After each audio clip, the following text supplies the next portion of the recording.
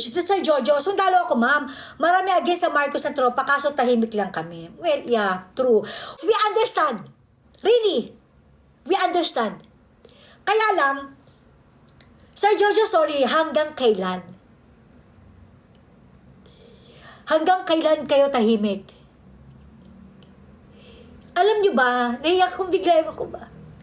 Alam nyo ba nung panahon ng EDSA Revolution, si Cory, bakit naging matagumpay yung people power nila? Kasi tumulong na sa atin ng men in uniform. Yung mga sundalo ngayon, naiintindihan namin na tahimik lang kayo, pero hanggang kailan? Hanggang kailan nyo hahayaan na ganituhin nila yung bayan?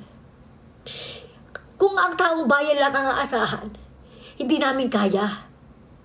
Kailangan ng tulong ng mga sundalo. Kailangan natin ng tulong ng men in uniform. Naiintindihan namin na tahimik lang kayo. Pero hanggang kailan yan?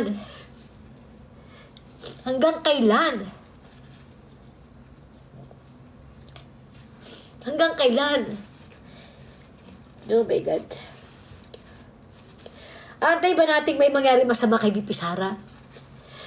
Aantayin nyo bang maubos? Maubos ang literal ang kaba ng bayan. Aantayin nyo bang ganon? Aantayin nyo ba yung worst ang mangyari? Nakita nyo kung paano nyo pinabayaan? Si PRRD, ang dami nyo doon.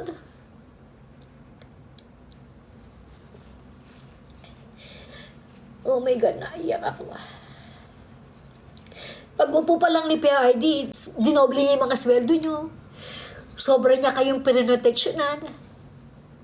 Yung pagmamahal na binigay ni PRD sa inyo, sobra. Pero di ba nung hinuli siya, tahimik lang din kayo. Pinabayaan niyo siyang sumakay doon sa aeroplano. Tapos wala na, hindi na siya makakabalik dito. Kasi tahimik nga lang kayo. Oh my God. May babalik niyo ba si PRD? Hindi na, di ba? Kasi lawyer. Saan mo niya lawyer? Pag-uwakan ni lawyer. Pag-uwakan. You better go back to them and have the legal. I am a citizen of this country, a former president, and you show me a piece of paper and you're asking me to go with you.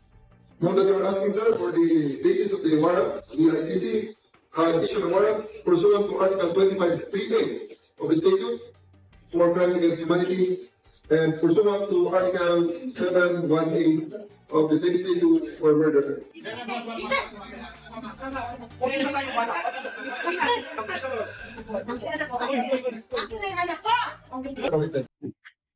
Kung hindi ako papayag, kung kakampi ka dyan sa mga puti. I am a citizen of this country, a former president. You have to kill me to bring me today.